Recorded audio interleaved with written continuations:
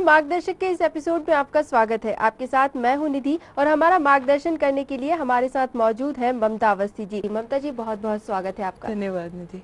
दोस्तों, जैसा कि अक्सर होता है, हम करियर को लेकर काफ़ी सारी चीज़ें डिस्कस करते हैं, लेकिन फिर भी जो कॉमन जो फील्ड्स होती है उसके अलावा भी कई सारे ऑप्शंस होते हैं जहाँ तक जो आदमी होते हैं वो नहीं सोच सकते, आम स्टूडेंट्स वहाँ तक नहीं जा पाते। लेकिन जो क्वेरीज हमारे पास आई है उनसे हमें ये पता चला है कि ओके, इस टाइप के करियर्स भी कोई बनाने की सोच सकता है और उनमें भी कन्फ्यूजन्स आ सकते हैं। तो आज हम वही डिस्कस करने वाले हैं। ममता जी, शुरुआत करें? बिल्कुल। तो पहला जो लेटर है वो हमें लिखा है रितेश जी ने। He is at a point of choosing his career. वो अपना करियर चूज़ करना चाह रहे हैं और इन्होंने कई सारी कॉम्पिटिटिव एग्ज़ाम्स भी दी है। और जैसा कि हर कॉम्पिटिटिव एग्ज़ाम्स की तैयारी में जनरल नॉलेज की ज़रूरत होती है, तो उसी की तैयारी के लिए उन्होंने न्यूज़पेपर पर फोकस करना स्टार्ट किया था। न्यूज़पेपर में ही इन्होंने एक अजीब सा केस पढ़ा था, जैसा कि इन्होंने मेंशन किया है। एक इंडियन एम्बेसडर देवयानी के साथ यूएस में जो अनएक्सेप्टेबल बिहेवियर हुआ उसे लेकर। हालांकि इस केस के बारे में हम सभी जानते हैं और इसी केस को लेकर ये कंफ्यूज हैं। इस केस को पढ़ने के बाद रितेश के मन में कई सवाल खड़े हुए। पहले तो रितेश एज एन एम्बेसडर अपना करियर चूज करना चाहते थे, लेकिन ये सब पढ़ने के बाद वो थोड़ा सा कंफ्यूज है कि आखिर देवयानी के साथ ऐसा क्यों हुआ। क्या गलती हमारे देश की तरफ से थी या फिर एक एम्बेसडर को भेजने की ज़रूरत ही क्यों होती है? रितेश बहुत अच्छा कैरियर चुन रहे हैं और मुझे बहुत अच्छा लगा कि इन्होंने कई दिनों बाद हमारे पास कोई एक डिफरेंट सा लेटर आया है इस टाइप का। और ये बहुत ही पॉजिटिव इनकी थिंकिंग है। कैरियर वाइज एम्बेसडर बनना हालांकि एक एज के बाद पॉसिबल होता है। After clearing so many exams आपको अपने आप को प्रिपेयर करना पड़ता है जी। लेकिन इनकी जो क्वेरी है बेसिकली कि ऐसा क्यों हुआ कि देवयानी खोबरागड़े के साथ इतना मिसबिहेवियर हुआ। जी। देखिए, वो एक अलग एस्पेक्ट हो गया जिसको लेके इनको घबराने की ज़रूरत नहीं है। मैं यहाँ इनको बताना चाहूँगी कि एम्बेसडर की ज़रूरत बहुत ज़्यादा पड़ती है। जैसे आप दूसरे देश में जाते हैं, आपको कोई प्रॉब्लम आ गई अचानक, आपके वीज़ा से रिलेटेड प्रॉब्लम आ गई, आपका पासपोर्ट गुम गया या मान लीजिए कोई और प्रॉब्लम आ गई और आप ऐसी जगह पे हैं जहाँ पे आप किसी से बात नहीं कर सकते, आपको अपना कोई मिल नहीं रहा, तो इस परिस्थिति को से आपको उबारने के लिए जी। एक पॉलिसी वाइज गवर्नमेंट जो है अपना एक कैंडिडेट हर कंट्री में फिट रखती है। वो जो हमारे हाईएस्ट रैंकिंग के जो डिप्लोमेट्स होते हैं, जो अलग अलग कंट्री में हमारे डिप्लोमेट्स हैं या फिर दूसरे देशों के भी हमारी कंट्री में डिप्लोमेट्स हैं, ये लोग अपने सिटीजन्स की भी मदद करते हैं। इनका बहुत ही वैरिड सा काम होता है, बहुत सारा इनका टफ टास्क होता है। कभी कभी ये स्पेशल टास्क लेके भेजे जाते हैं, मतलब किसी खास मकसद से। ऐसा नहीं है कि हर इंसान जो है वो एक जनरल कैटेगरी में आता है, लेकिन जो भी एक खास मकसद से आते हैं वो अपना मकसद जब पूरा कर लेते हैं तो चले जाते हैं अपने देश वापस। बट जो जनरल एम्बेसडर्स होते हैं, वो जनरल एम्बेसडर्स हमारी बहुत सारी डे टू डे प्रॉब्लम्स जो उनके सिटीजन्स को आती हैं हमारी कंट्री में या हमारे सिटीजन्स को उनकी कंट्री में, उसमें वो मदद करते हैं। पॉलिटिक्स पे नज़र रखते हैं हमेशा, क्योंकि हर एक को ज़रूरी है कि जनरल दूसरे देशों में भी जो भी कुछ हो रहा है उस पर निगाह रखना ज़रूरी होता है। ये सारे ही काफ़ी अच्छे मैनेजर्स होते हैं क्योंकि ये एक साथ बहुत सारे टास्क हैंडल करने लायक होते हैं। वो भी किसी और देश में, वो भी किसी दूसरे देश में। ये यहाँ मैं स्पेसिफिकली हम एम्बेसडर की बात करते हैं जी। तो इंटरनेशनल इश्यूज़ में अपना एक डिप्लोमेटिक ओपिनियन रखकर और सामने वाली कंट्री के साथ संबंध सुधार के रखना, सामने वाली कंट्री की पॉलिटिक्स पे भी नज़र रखना, अपनी पॉलिसीज़ को दूसरी कंट्री मिसअंडरस्टैंड ना करे, इस पे भी उनको ध्यान रखना पड़ता है। क्योंकि कभी कभी क्या होता है, कोई स्टेप हमारी गवर्नमेंट ले रही है और मान लीजिए उसको क्योंकि जो कुछ ऐसे नोटोरियस तत्व होते ही हैं जो हमेशा हर बात को गलत इंटरप्रेट करते हैं। गलत इंटरप्रेट करके गलत मैसेज जब वो देते हैं तो हमेशा दो देशों के संबंध खराब होते हैं। बिल्कुल सही। जबकि हर स्टेप जो गवर्नमेंट लेती है उसको लेने के पहले उस पर तमाम विचार विमर्श होता है, तमाम बातें सोची जाती हैं और उसके तहत जब एक कोई डिसीजन लिया जाता है या कोई अनाउंसमेंट किया जाता है तो उसमें सभी की भलाई ही जहाँ तक वो निहित होती है। जी। तो हर चीज़ में अपना स्वार्थ देखना ना हो सके या हर चीज़ को कोई मिस इंटरप्रेट ना करे, किसी गलतफहमी का शिकार ना हो, ये देखना भी एम्बेसडर का काम होता है। जी। तो आप सोचिए कि कितना उसके बोझ रहता है दिमाग पे, मतलब हर पॉलिसी जो उसने नहीं बनाई है, खुद वो उसका पार्ट नहीं है, लेकिन उसे देखना है कि वो पॉलिसी मिस इंटरप्रेट ना हो, जी। उसे ये देखना है कि कोई उसको उसका गलत फ़ायदा ना उठाए।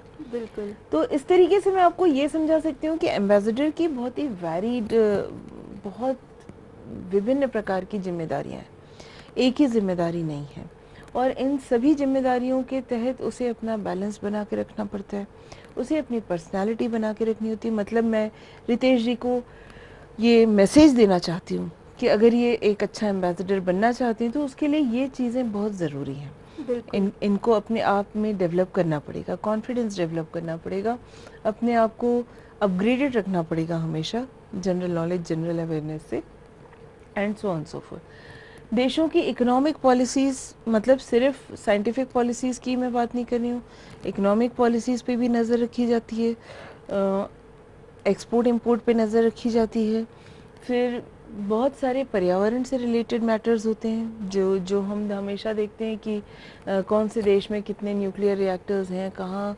रिएक्टर्स पे वर्क करने से क्या पर्यावरण पे असर हो रहा है, जी। कितने देशों में इस असर का और असर हो रहा है फर्दर। तो ये चीज़ें देखना एम्बेसीज का काम है, और एम्बेसी का इंचार्ज एम्बेसडर होता है। जी। तो दूसरे देशों की भी हर छोटी छोटी चीज़ पे नज़र रखना, अपने देश की हर छोटी छोटी पॉलिसी को दूसरे देशों में एक्सेप्ट करवाना, और दूसरे देशों की पॉलिसी पे नज़र रख के बिना उसमें भाग लिए अपने देश में सही मैसेज कन्वे करना। जी। मतलब दो इंटरनेशनल ताकतों के बीच में सबसे बड़ी जो पार करने लायक दीवार है वो एम्बेसडर है। जी, वैसे अगर जनरल रूटीन में हम देखें तो हम यही जानते हैं कि जो बड़े बड़े पॉलिटिशियंस होते हैं वही दो देशों के बीच के जो संबंध होते हैं उसे मेंटेन करके रखते हैं, लेकिन एम्बेसडर का रोल इतना बड़ा हो सकता है, ये मैंने तो खैर पहली बार सुना है, एंड थैंक्स टू रितेश जी की उनकी क्वेरी हमारे पास आई और हमारे कई दर्शक ये जान पाए। देखिए निधि, असल में होता क्या है, जब दो देशों के नेता मिलते हैं जी। तो मीडिया में एक उबाल आता है कि ये मीटिंग हुई, इसका ये कारण था इस मीटिंग का, जी। या किस मोटिव से ये मीटिंग हुई थी, ये सब डिस्कस होता है। लेकिन मीटिंग ऑर्गेनाइज कैसे हुई, मीटिंग के पीछे जो की वर्किंग पर्सन होता है जी। वो एम्बेसडर होता है। राइट। विदेश मंत्रालय एक अलग विभाग होता है, विदेश मंत्रालय अपनी पॉलिसी को बताता है। जी। एम्बेसडर जो है वो एक मीडिएटर का काम करता है दो देशों के बीच में। तो कभी कभी क्या होता है, जब बातें करते करते दो लोगों के बीच में मान लीजिए ऐसी परिस्थिति आई कि कोई कॉन्फ्लिक्ट आ गया, जी। कोई गलतफहमी या कोई गर्मा गर्मी हो गई, तो उस स्थिति को भी एम्बेसडर्स ही सबसे बेहतर संभालते हैं, और ये उनका बहुत ज़्यादा प्रमुख जॉब है। फिर एक बहुत मज़ेदार सी बात बताऊं, मेरे पास एक क्वेरी आई थी कि एक लड़की थी, उसको ऑनलाइन प्यार हो गया इंटरनेट से। तो अब वो जो जिससे उसे शादी करनी थी वो व्यक्ति जो है वो ओमान का है, तो वो ये नहीं समझ पा रही थी कि वो इंटरनेशनल मैरिजेस में के लिए जी। वो दोनों किसको अप्रोच करें। ये भी एक बहुत स्ट्रेंज सी बात है, क्योंकि अगर मान लीजिए कभी ऐसा होता है कि आपको किसी विदेशी के साथ शादी करनी है, तो उस स्थिति में भी कई सारे लॉज और पॉलिसीज जो है वो कहीं ना कहीं तो मैटर करती है, और उस स्थिति में भी एम्बेसडर आपको अच्छी खासी मदद कर सकते हैं, क्योंकि वही एक मीडिएटर है जो दोनों देशों की बातों को समझ के और आपको सही गाइडेंस देंगे। बिल्कुल। तो एक एम्बेसडर जो कि सुनने में सिर्फ एक नाम लगता है, लेकिन कहीं ना कहीं जवाबदारियां, जिम्मेदारियां उनके कंधों पर इतनी होती है। आप खुद ही सोचिए, अगर दो देशों के संबंध बना के रखना है तो कितनी बड़ी जिम्मेदारी हो सकती है। ममता जी, एक चीज मैं यहाँ पर जानना चाहूंगी, आपने कुछ टर्म्स यूज की थी, डिप्लोमेट्स। जो एम्बेसडर्स होते हैं वो डिप्लोमेट्स होते हैं, ये डिप्लोमेट्स या डिप्लोमेसी ये क्या होता है? एक हाँ बहुत इंटरेस्टिंग, आज के ज़माने में निधि मैं आपसे कहूँ कि डिप्लोमेट और डिप्लोमेसी ये शब्द भले ही हम इंटरनेशनल रिलेशंस के लिए यूज़ करते हैं जी। क्योंकि तुमको हमेशा पेपर में या फिर आपको कहीं पे भी जब भी इंटरनेशनल इवेंट्स की बात होती है तब डिप्लोमेसी की बात होती है, क्योंकि तब उसका बखान होता है। लेकिन डिप्लोमेसी अगर मैं आपको सही मायने में बताऊं तो वो एक हमारे लिए भी हमारी रोज़मर्रा की ज़िंदगी में भी एक बहुत ज़रूरी एस्पेक्ट है। इसका एग्जैक्ट मीनिंग बहुत मैं ज़रूरी जानना एस्पेक्ट चाहूँगी। है। इसका मीनिंग ये होता है कि किसी भी परिस्थिति को इस तरीके से आप मैनेज करिए कि उसमें कोई कॉन्फ्लिक्ट ना आए। मतलब आप किसी भी परिस्थितियों से डील करते समय बिना अपनी राय रखे, जो एक क्या कहना चाहिए, ये कला होती है, हर एक में नहीं होती, कि आप सीन में ना आके और पूरी परिस्थिति को अपने कंट्रोल में रखें।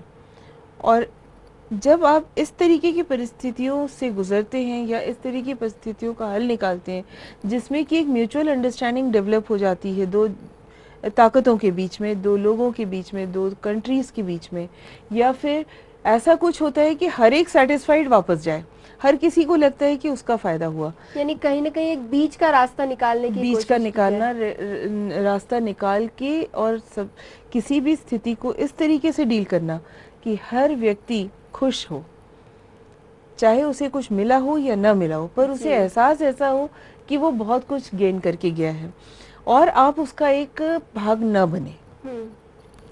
तो इस स्थिति को मैं कहूंगी कि ये डिप्लोमेट्स का रोल है, ये डिप्लोमेसी होती है। ओके, यहाँ पर जो डिप्लोमेसी होती है कहीं ना कहीं हम लोग जो अपने रूटीन लाइफ में भी ज़रूर देखने को मिलती है। आप शायद ऑफिस में अगर बात करें तो अक्सर बॉस का जो रोल होता है वो मुझे कहीं ना कहीं लगता है कि डिप्लोमेट्स का रोल होता है, बिल्कुल। और तो ये मैं कहूँगी कि ये एक बहुत मतलब मैनेजर्स की एक बहुत बड़ी क्वालिटी होनी चाहिए। Diplomacy is one of the part of your personality, जो होना चाहिए आप में। क्योंकि अगर आप डिप्लोमेटिक रहते हैं तो आप एक तरीके से सबके प्यारे रहते हैं, मतलब सभी आपको पसंद करते हैं। यानी आपकी छवि जो है, आपकी जो इमेज है वो पॉजिटिव बनी रहती है। हालांकि जो खुद डिप्लोमेट है वही जान सकता है कि उसने किस तरह का गेम यहाँ पर खेला है। जी हाँ, जी। चलिए, तो रितेश जी, हमें लगता है कि आपकी सारी प्रॉब्लम, सारे कंफ्यूजन यहाँ पर दूर हो गए होंगे और अब हम आगे बढ़ेंगे अपनी अगली क्वेरी की तरफ। और मैं रितेश जी को ये भी बता दूं कि ऐसा नहीं है कि सिर्फ पॉलिटिकल मैटर्स की बात करें, ऐसा नहीं है कि सिर्फ पॉलिसीज की बात करें। जितने भी स्पोर्ट्स इवेंट्स होते हैं, जितने भी कल्चरल एक्सचेंज प्रोग्राम्स होते हैं, जितने भी एजुकेशनल एक्सचेंज प्रोग्राम्स होते हैं, ये सभी जो हैं थ्रू एम्बेसीज होते हैं। तो एम्बेसडर बनने की अगर रितेश जी सोच रहे हैं तो उनके पास बहुत सारे वैरिड इंटरेस्ट वाली चीज़ें, अगर आपका आउटलुक बहुत पॉजिटिव है हर चीज़ के लिए, अगर आप अपने आप को पूरे हर फील्ड में नॉलेज से अपग्रेडेड रखेंगे तो आपके लिए बहुत आसान होगा इस फील्ड को इफेक्टिवली हैंडल करना। बिल्कुल। और अगर पर्टिकुलरली इस केस की बात करें तो एक्सेप्शंस आर ऑलवेज देयर। कहीं ना कहीं कुछ प्रॉब्लम्स होती हैं, लेकिन हर किसी के साथ हर बार हो ये जरूरी नहीं है, ये जरूरी नहीं है। बिल्कुल। तो चलिए अब आगे बढ़ते हैं और बात करते हैं हमारे अगले लेटर की। ये लेटर हमें लिखा है योगेश जी ने, जो कि एक इंडस्ट्री वर्कर है। बेसिकली एक फैक्ट्री में काम करते हैं जहां सभी वर्कर्स के टीम लीड हैं। इन्हीं की तरह एक और वर्कर है उनकी कंपनी में, उनका नाम है मनीष। योगेश जी को मनीष को लेकर कुछ प्रॉब्लम है, और प्रॉब्लम ये है कि पिछले कुछ वक्त से अक्सर ऑफिस में मनीष को ज़्यादा अप्रिसिएशन मिल रहा है as compare to Yogesh ji, जबकि योगेश जी मनीष से ज़्यादा क्वालिफाइड है। ऑफिस का हर टास्क मनीष को दिया जाता है और मनीष वो टास्क इजीली अच्छे से हैंडल भी कर लेते हैं। इसी के चलते कहीं ना कहीं योगेश जी की इमेज अपने सीनियर्स के सामने बिगड़ती जा रही है। उन्होंने अपने सीनियर्स से इस बारे में कंसल्ट किया, अपनी कमज़ोरियों को जाना, अपनी कमज़ोरियों को दूर भी किया, लेकिन फिर भी योगेश जी को कहीं ना कहीं ये फील हो रहा है कि एक पर्टिकुलर जो इमेज बन चुकी है वो उसे जो है चेंज नहीं कर पा रहे हैं, और इसे बदलने के लिए उन्हें क्या करना चाहिए वो ये आपसे जानना चाहते हैं। पहली चीज़ तो जो मेरी समझ में आया निधि, कि इनको थोड़ा सा अपने दोस्त से एक कंपटीशन जैसा फील होता है, मुझे ऐसा लग रहा है। और ये कई बार ये स्थिति हम में से सभी के साथ कभी ना कभी आ सकती है, आती होगी। तो मैं ऐसी स्थिति में कहूँगी कि आपको पहले अपने मन में अगर कोई जलन जैसी भावना है तो उसको हटाइए। जब आप उस चीज़ से बाहर निकलेंगे तो आप सही दिशा में सोच पाएंगे। ये आप अपने आप को प्रिज्यूम मत करके रखिए कि सामने वाले को हर फायदा मिल रहा है जी, ऐसा ज़रूरी नहीं है। कभी कभी क्या होता है कि आप अगर अपनी ओपिनियन को अपने पास, हम दूसरे के दिमाग से सोचना छोड़ दें, अपने दिमाग को अपने लिए लगाएं। तो हम बेहतर रिजल्ट्स दे पाते हैं। जी। इसी को निधि डिप्लोमेसी कहते हैं। मुझे ऐसा लगता है कि योगेन जी में डिप्लोमेसी कम है और इनके दोस्त में डिप्लोमेसी कहीं ज़्यादा होगी। जी। डिप्लोमेसी का क्वालिफिकेशन से कोई रिश्ता नहीं है, होना चाहिए पर नहीं है। मैनेजमेंट के कोर्सेज में डिप्लोमेटिक होना बताया जाता है, प्रैक्टिकली सिखाया जाता है, क्योंकि लाइफ के हर क्षेत्र में कभी ना कभी ऐसी स्थिति आती है जब हम में से हर कोई हर परिस्थिति को डेलिकेटली हैंडल करके निकलना पसंद करता है बजाय किसी लड़ाई झगड़े में पड़ने के। तो योगेन जी से मैं कहूँगी कि इनके लिए मेरी तो राय ये है कि इनको अपनी ओपिनियन अपने पास रखनी चाहिए। ज़रूरी नहीं कि हर बार बिना पूछे अपनी राय दी जाए, क्योंकि भारतीयों में ये बहुत ज़्यादा पाया जाता है। अपनी क्वालिटीज़ और अपनी ओपिनियन जो है बिना ज़रूरत भी लोग बताते रहते हैं, उससे सामने वाला कई बार बहुत इरिटेट हो जाता है। जी। और हमेशा अपने दिमाग में भी आप ये समझिए कि आप हर छोटी छोटी चीज़, हर कोई काम करने आता है तो आप हर छोटी छोटी चीज़ के लिए हमेशा आपकी तारीफ़ नहीं हो सकती, आपको प्रेज़ नहीं मिल सकती। तो कभी एक्सपेक्ट मत करिए कि आपने एक छोटा सा भी अगर किसी का काम किया तो वो आपकी तारीफ़ करेगा। भाई it can be a part of your job. तो आप हर पार्ट के लिए एक तारीफ एक्सपेक्ट करेंगे अगर, तो आपके अंदर एक हीन भावना आ जाती है जी। क्योंकि वो आपकी जॉब का एक पार्ट है, आपको तनख्वाह इस बात की मिल रही है, आपकी ड्यूटीज में ये चीजें आ रही, रिस्पॉन्सिबिलिटीज में, तो ये तो आपको करना ही है जी। इसलिए कभी कंपेयर इस लेवल पे मत करिए। दूसरी चीज़ जो मैं इनसे कहना चाहूँगी कि अगर इनसे हम ये बात कह रहे हैं कि आप अपने विचारों को हमेशा व्यक्त मत करिए, तो इसका ये मतलब भी हरगिज़ नहीं है कि आप कुछ बोलिए ही मत, आप डिप्लोमेटिक होइए। अगेन वही बात है, मतलब आप पहले दूसरों को बोलने दीजिए, दूसरे सारी जब अपनी बातें कह ले आप उनको पेशेंट ईयर दीजिए। हर किसी को पेशेंट ईयर वाला व्यक्ति पसंद आता है। तो जब सामने वाला अपनी बात पूरा कह लेता है, आप उसकी मेंटालिटी को समझिए, उसकी अप्रोच को समझने की कोशिश करिए, वो आपको क्या कन्वे करना चाह रहा है इस बात को आप समझने की कोशिश करिए।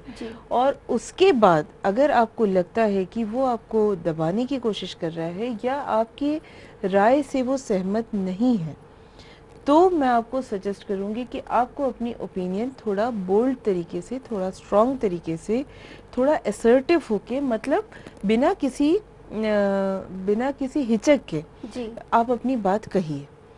बात नहीं कहने से आपकी पर्सनालिटी की वीकनेस दिखती है। आप अपनी बात कहिए और बात इस ढंग से कहिए कि सामने वाले को एक्सेप्ट करने की नौबत आ जाए कि आपने जो कहा है वो सही कहा है।